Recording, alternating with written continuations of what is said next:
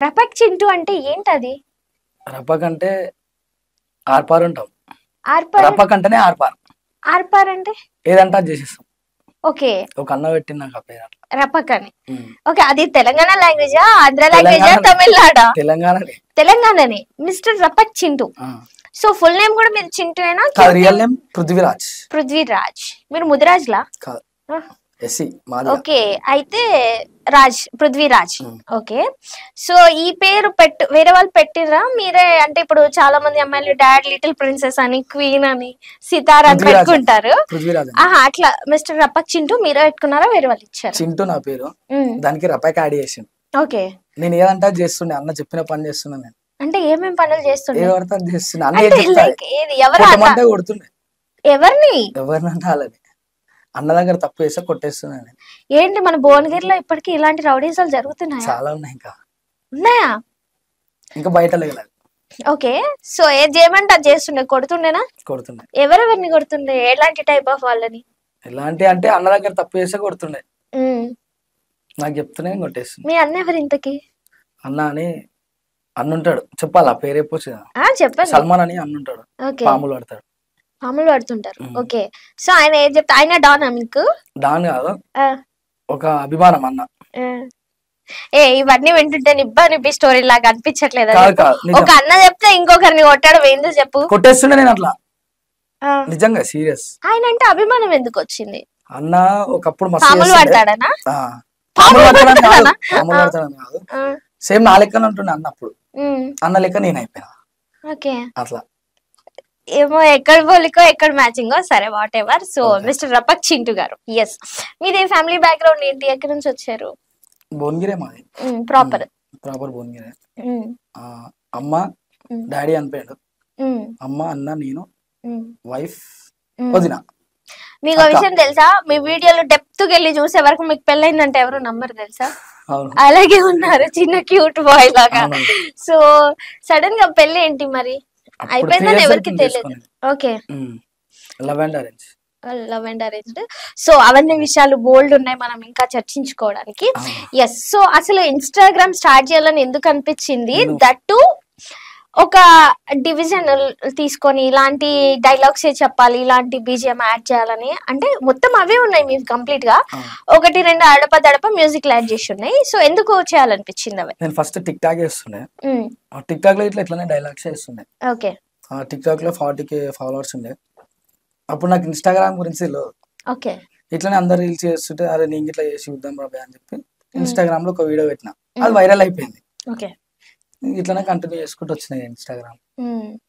But మీ దాంట్లో viewership చూస్తే చాలా ఉంది, లైక్స్ షేర్స్ ఉన్నాయి. బట్ మీ దాంట్లో ఎందుకు ఫాలోవర్స్ అక్కడే ఆగిపోయారు 30+ లోనే? అయితే నాకు ఫోన్ లేదు ఫస్ట్ ఆఫ్ ఆల్, ఇప్పటికి ఇట్లా లేదు.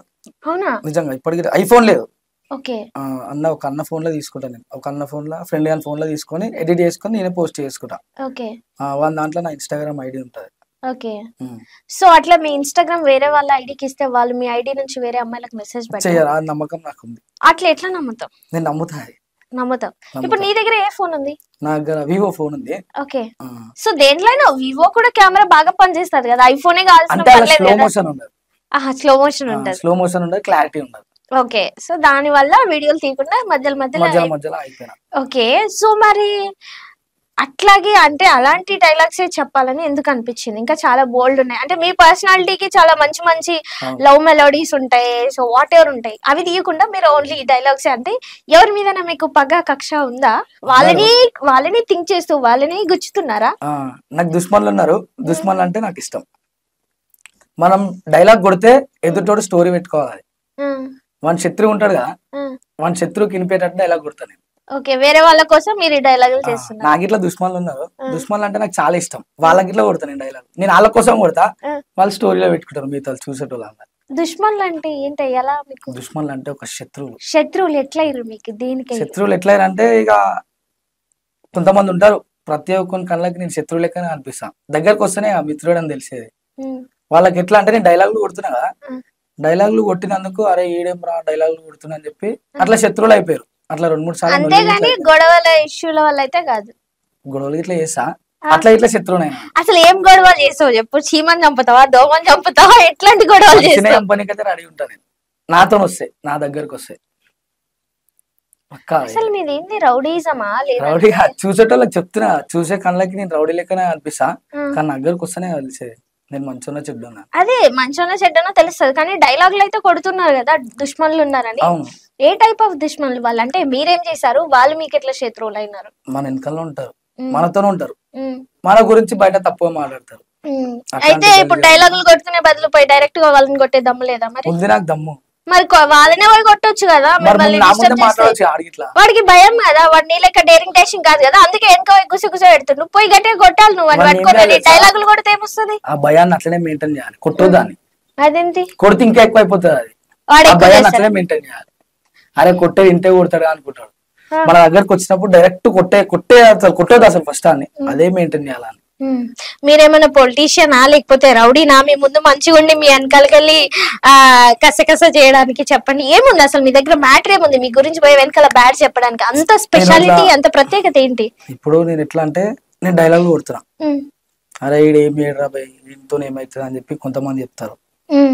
అరే ఇట్లా చేస్తాడు అట్లా చేస్తాడు అని చెప్పి ఇంకొంతమంది చెప్తారు. నేను ఎట్లానే చేసుకుంటా, వాళ్ళకి ఎందుకు, అంతేగా. ఓ దాని గురించా?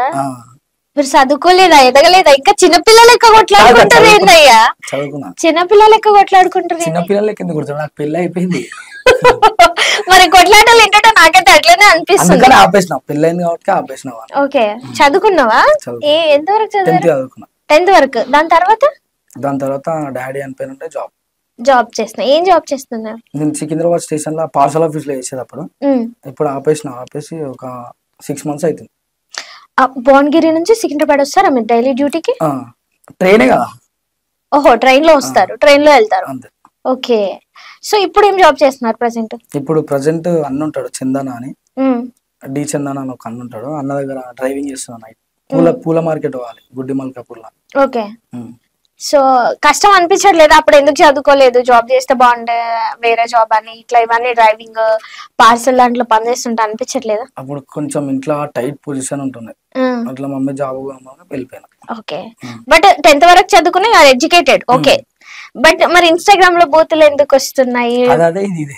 అంటే మీరు ఆల్రెడీ ఎడ్యుకేటెడ్ కదా. సో అంటే ఇప్పుడు అమ్మల దగ్గర నుంచి మొదలు పెడితే అయ్యల దగ్గర వరకు వేస్తా దేక్తనే ఉన్నారు.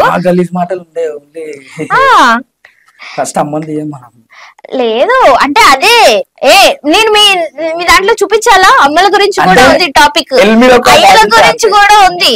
సో అది అట్లా మాట్లాడటం తప్పని కదా. మీరు చూస్తే డీసెంట్ గా ఉన్నారు,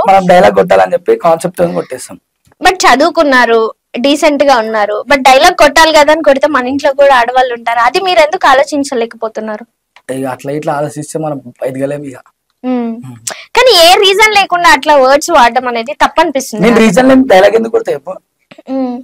ఉంది, రీజన్ ఉంది. మరి అమ్మలక్కల దగ్గరికి వెళ్ళంత రీజన్